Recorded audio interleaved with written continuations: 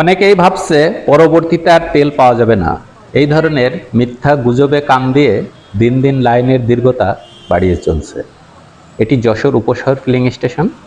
এই স্টেশনে motorcycle, private car, cover van সব মিলিয়ে রাস্তা ফুল যানজট বাঁধিয়ে ফেলেছে। এই রাস্তা, এটাই হলো মহাসড়ক। এখান থেকে আর অন্য কোনো গাড়ি ডাইনে বামে যেতে পারছে না।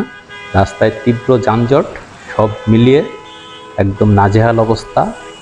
তারপরে রোদ, দীর্ঘ লাইন, তীব্র আশা, সব মিলিয়ে লাইনের দীর্ঘতা বাড়ছে।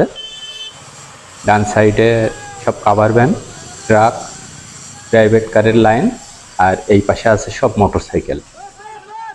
এই তেল নিতে যে সবচেয়ে বিপাকে পড়ছে যারা কোম্পানিতে কাজ করে তারা।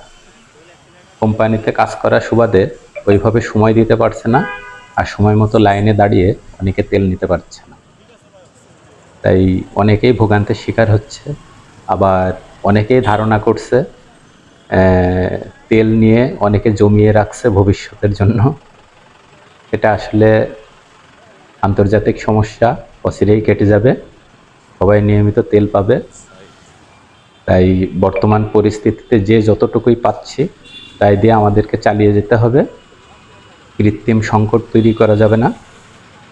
এই সমস্যাগুলা সবাইকেই সুন্দরভাবে দেখতে হবে, তাহলেই আস্তে আস্তে এই সমস্যা কাটিয়ে ওঠা সম্ভব আমাদের।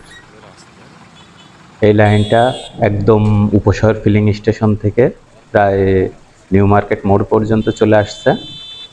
তাই আমরা গুজবে কান দিয়ে কৃত্রিম সংকট তৈরি না করি, অচিরেই এই সংকট কেটে যাবে।